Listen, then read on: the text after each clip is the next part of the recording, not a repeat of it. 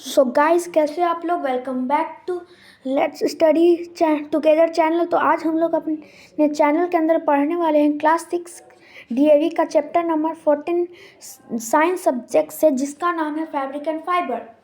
तो आज हम लोग चैप्टर फैब्रिक एंड फाइबर को अच्छे से उसके बारे में पढ़ेंगे और उसको अच्छे से समझ के डिटेल में उसके बारे में याद कर लेंगे। तो हम लोग स्टार्ट करते हैं हमारी चैप्टर। तो सबसे पहले हमें देखना होगा इसमें पढ़ना क्या है हमें।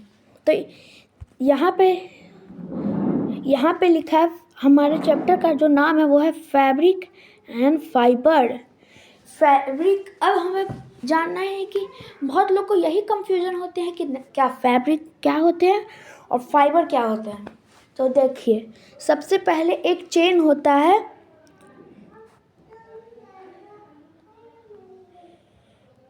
फाइबर, वेट प्लीज, थोड़ी मिस्टेक है।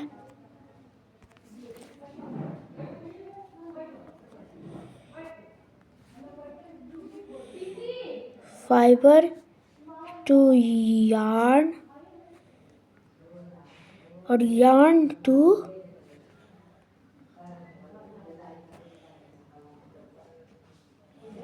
फैब्रिक, यही है चेन। अब हम लोग इसको डिटेल में समझते हैं।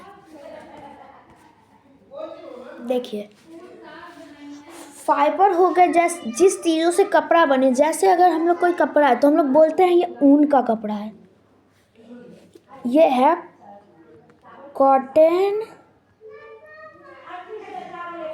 क्लॉथ। तो ये किस चीज़ से बना है? Cotton, it is made up of cotton, made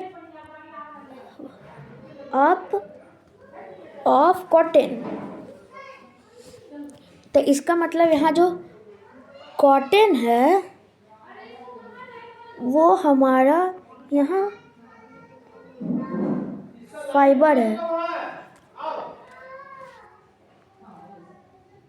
wait, मुझे साइज को एडजस्ट करने दीजिए। तो यहाँ जो हमारा कॉटन है वो हमारा फाइबर है। तो अब हम लोग आगे बढ़ते हैं। अब आता है यार्न। क्या होता है? जब हम लोग फाइबर कलेक्ट करते हैं, हमें समझिए ये हमारा कॉटन। तो इससे हम लोग थ्रेड लाइक स्ट्रक्चर इसके में एक प्रोसेस होता है जिसके बारे में हम लोग आगे डिटेल में पढ़ेंगे। उस प्रोसेस के द्वारा हम लोग इसके थ्रेड लाइक स्ट्रक्चर बना दी, जिसे हम लोग बोल दिए yarn.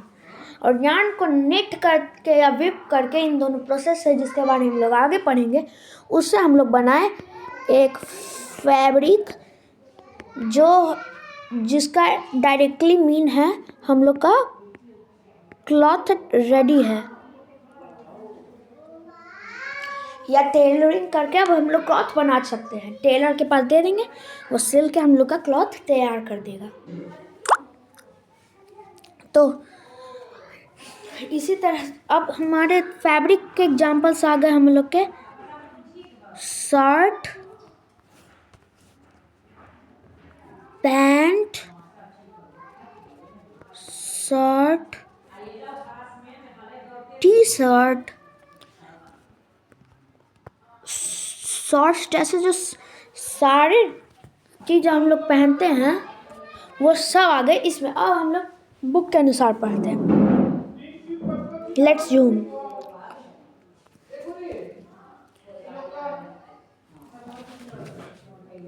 We need cloth to protect ourselves from heat, cold, rain and germs.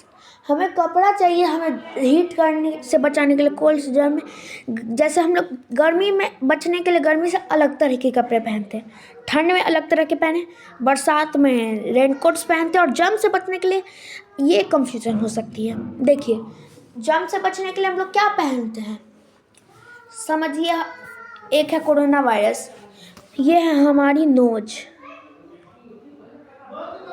तो यहाँ से वायरसेस घुस सकते हैं।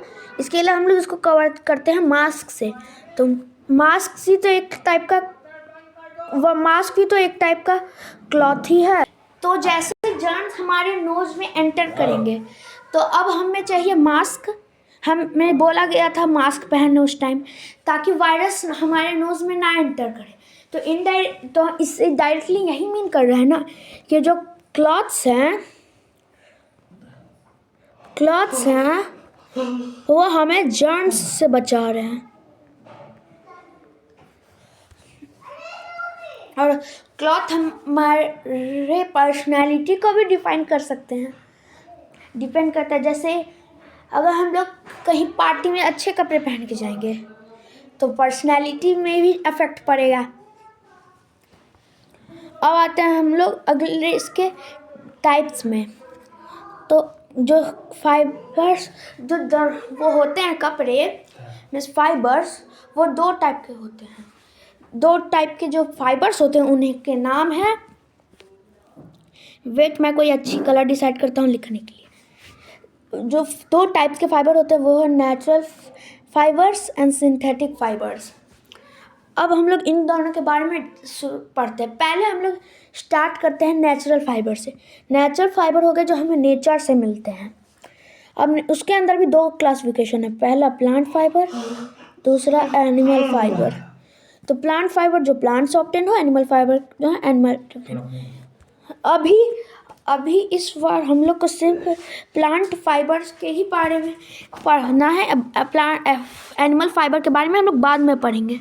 तो अब हम लोग स्टार्ट करते हैं इस क्लास की प्लांट फाइबर, क्योंकि एनिमल फाइबर के बारे में अगली क्लास में डिटेल में पढ़ना है। अब बेसिक्स तो इस क्लास में भी है, हम लोग इसके बारे में डिटेल में पढ़ेंगे। अब आते हैं प्लांट फाइबर। पहले ये समझ लीजिए प्लांट फाइबर जो क्रॉप से मिले। अब आता है कॉटन। तो सबसे पहले हम देखते हैं कॉटन के टाइप्स होते हैं रबी खरीफ। तब देखते हैं हम लोग कॉटन किस टाइप्स में आता है। कॉटन जो है वो है एक खरीफ क्रॉप। कॉटन हमारा एक खरीफ क्रॉप है और जूट भी हमारा खरीफ क्रॉप है। अब हम लोग बारी बारी से इन दोनों के बारे में पढ़ते हैं। सबसे पहले जो कॉटन होता है वो ग्रो होता है प्लांट पे। इसके लिए जो सबसे सूटेबल सॉइल है कॉटन के ग्रोथ के लिए वो है ब्लैक सॉइल। ब्लैक सॉइल इसलिए है क्योंकि वो हमेशा ड्राई रहता है ऊपर से, लेकिन अंदर से वो मॉइस्चराइज रहता है। मीन्स वहाँ जो संख्या होती है वाटर की वो अच्छी हो। तो इसलिए हम लोग जो कॉटन के ग्रोथ के लिए हमेशा ब्लैक सॉइल यूज़ करते हैं, क्योंकि कॉटन को चाहिए वार्म और ह्यूमिड क्लाइमेट और टेम्परेचर कम से कम 16 डिग्री होना चाहिए या ओवर उससे। ये जो टेम्परेचर है 16 डिग्री से ओवर का, ये सूटेबल है कॉटन प्लांट के ग्रोथ के लिए। अब बात करते हैं कॉटन ऑब्टेन होता है वो प्लांट से, कॉटन प्लांट से। कॉटन प्लांट्स में यहाँ देखिए ये पिक्चर है कॉटन प्लांट का। जो इसमें जो ये है ना, इन्हें हम कहते हैं बॉल्स। जो कॉटन प्लांट में ये होते हैं इन्हें हम बॉल्स कहते हैं। इन्हीं से हम कॉम्बिंग के मेथड से निकालते हैं हम लोग कॉटन। ये जो वाइट टाइप की स्ट्रक्चर्स इसमें लगे दिख रहे हैं ये है हमारे कॉटन। अब आते हैं जूट। जूट भी is also a plant fibre. ये भी एक प्लांट फाइबर का टाइप है। इसको हम लोग गोल्डन फाइबर की कहते हैं क्योंकि इसका कलर गोल्डन होते हैं। अब ये बार्क से प्लांट होता है, जूट प्लांट के बार्क से, उसके स्टेम के जो ऊपर छाल टाइप के होते हैं उससे प्लांट होते हैं। और ये एलुवियल सॉइल में अच्छा यूज होता है। इसको फर्टिलिटी बहुत चाहिए होता है जूट प्लांट को उगने ग्रो करने के लिए। इसीलिए हम लोग इसके ग्रोथ के लिए हर साल चेंज होता है। और इससे जो मटेरियल्स बनते हैं जूट के हेल्प से वो है जूट के रस्सी, गनी बैग्स, फिर ये मैट्स और बैग्स, या कोई थर्मस को रखने के लिए झोले भी बनते हैं उससे। तो आता है कॉयर। कॉयर जो होता है वो आउटर कवरिंग होता है कोकोनट का, जो जिसको उतना फर्टाइल सॉइल नहीं चाहिए। ये रेड सॉइल येलो सॉइल में उग सकता है। और ये कोई रबी खरीफ क्रॉप में नहीं आता, ये सब है, कोई भी सीजन में उग सकता है। अब इससे जो चीज़ें बन सकती है वो हैं rope, mattress, pots and many more things.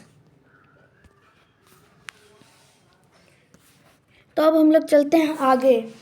Linen, it is obtained from the wax plant. Wax plant जो होता है, फ्लैक्स प्लांट, उसी से लिनेन प्लांट होता है। लिनेन भी जो है वो एक खरीफ क्रॉप है। इसके लिए जो प्लांट सुटेबल है वो है एलुवियल सॉइल या ये डीप स्लोम्स में भी उग सकता है। Some of the product made up of linen are, linen से बने कुछ चीज़ हैं, एप्रॉन्स, बैग्स, टॉवेल्स, बेड के कवर्स और कपड़े। अब आते हैं दो एनिमल फाइबर जिसके बारे में हम लोग को ज़्यादा नहीं पढ़ना, जैसे मैंने बोला था इसके बारे में इतनी सी चीज़ दी हुई है, और सिल्क के बारे में तो मेरे हिसाब से तो कुछ दिया ही नहीं हुआ है। अब बात करते हैं वुल। वुल जो होता है वो बॉडी कोट होता है एनिमल का, जैसे सीप कोट, कैमल, और जो उन लोग के बॉडी से प्रोसेस से निकालते हैं उन्हें हम फ्लीश कहते हैं। सिल्क, सिल्क जो होता है वो सिल्क वर्म एनिमल से होता है, निकलता है, जो मलबेरी लीव्स के ऊपर उगते हैं। अब इसके बारे में हम लोग को, इसके 4 स्टेजेस होते हैं जिसके बारे में आगे पढ़ना है। Egg, larva, pupa, adult. और इन 4 प्रोसेस में दिखाता है कि किस समय ये अपने चारों तरफ बनाता है। अगले क्लास में पढ़ना होगा, अगले क्लास में पढ़ना होगा। फिर हम लोग अगले क्लास में ये भी पढ़ना है कि कवर के निकालते हम लोग कैसे हैं इसके कवर से उसको, और फिर ऑब्वियसली ये तो नहीं बोल सकते निकालते हैं, क्योंकि ये प्रोसेस होता है जिसमें उसको निकालते हैं सिल्क वॉर्म को, उस कोकून से, उसमें सिल्क वॉर्म की डेथ हो जाती है। अब आता है सिंथेटिक फाइबर, जिसके बारे में बस हम लोग कितना पढ़ना है कि ये मैन मेड फाइबर है, जिसके एग्जांपल्स यहाँ दिखे हैं। ये बेटर होता है सिंथेटिक फाइबर क्योंकि ये कंफर्टेबल होता है, ताकतवर होता है, स्ट्रॉन्गर होता है, व्रिंकल फ्री होता है, जल्दी कलर नहीं छूटता है, श्रिंक नहीं होता है, स्पॉइल नहीं हो जाता है मौत के द्वारा। और अब आता है यहाँ एक फैक्ट डूइन में, नायलॉन। नायलॉन जो है वो फर्स्टली खोजा गया था न्यूयॉर्क में और लंदन में। उसी से न्यूयॉर्क का NY निकला और लंदन का LN निकला, जिससे इसका नाम पड़ गया नायलॉन। अब आता है प्रोडक्शन ऑफ क्लॉथ।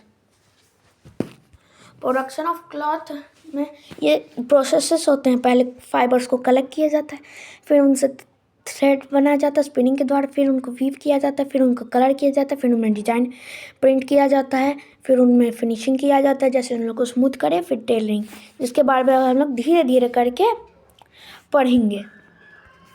तो स्टार्ट करते हैं। Collection of fibres. Collection of fibres में कुछ नहीं है, बस कोई सीप्स से या प्लांट से निकाल के ले जाया जाता है फैक्ट्री में। स्पिनिंग जो होता है वो चरखा से होता था पहले, लेकिन अब तो उसकी स्पिनिंग ऑटोमेटिक मशीन आ गई है, जिसमें ढेर सारे फाइबर्स को एक साथ रख दिया जाता है, जिससे वो लोग यार्न के थ्रेड के फॉर्म में बनते हैं, जिनके बारे में आपको मैंने वीडियो के शुरुआत में बताया था। अब आता है वीविंग। वीविंग जो प्रोसेस होता है उसमें जो क्लॉथ होता है, फाइबर्स यार्न्स जो बने होते हैं उसको यार्न बनाने का ही ये भी एक प्रोसेस है, जिसमें उनको अच्छे से बुना जाता है कपड़ों को, और जिससे जो यार्न्स होते हैं उनसे फैब्रिक का तैयारी किया जाता है, जिनमें एक क्लॉथ का फ्रेम बन जाता है। उसे जिसको अभी तो लूम से किया जाता है, जो ऑटोमेटिक मशीन होता है, पहले हैंड लूम से किया जाता होगा। अब आता है डाइंग।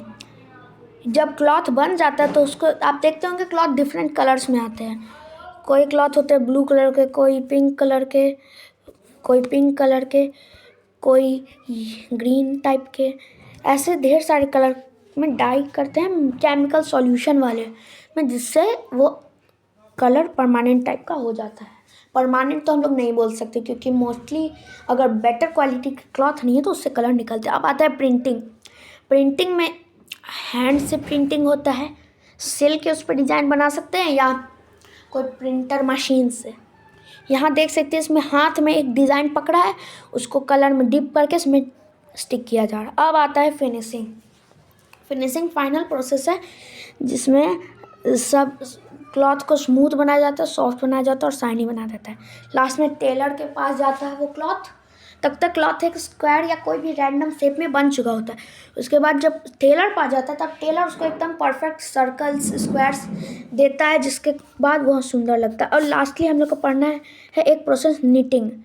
अब हम लोग को पढ़ना है, हम लोग पहले भी पढ़े थे वीविंग और नीटिंग, दोनों में से कोई एक प्रोसेस होता है। वीविंग जो होता है उसमें डिफरेंस ये है, वीविंग में मल्टीपल्स यार्न को एक साथ जोड़ के होता है, लेकिन जो नीटिंग है उसमें एक ही यार्न का यूज होता है। तो इसी के साथ हम लोग ने पढ़ लिया अपना टॉपिक। हमने ये भी देखा कि अलग अलग तैयार होते हैं और हमें अपने कपड़ों का अच्छे से ध्यान रखना चाहिए, क्योंकि ये देखिए एक छोटे से कपड़े जिन्हें हम फेंक के रखते हैं या उनका प्रॉपर मेंटेन नहीं करते उन्हें बनाने में कितनी प्रोसेस लगती है। तो good bye, see you, tata. अगर वीडियो अच्छे लगे तो लाइक कर दीजिएगा और चैनल को सब्सक्राइब कर देगा, और अपने दोस्तों जिन्हें इस चैप्टर में डाउट हो उन्हें ये वीडियो शेयर कर दीजिएगा। Good bye.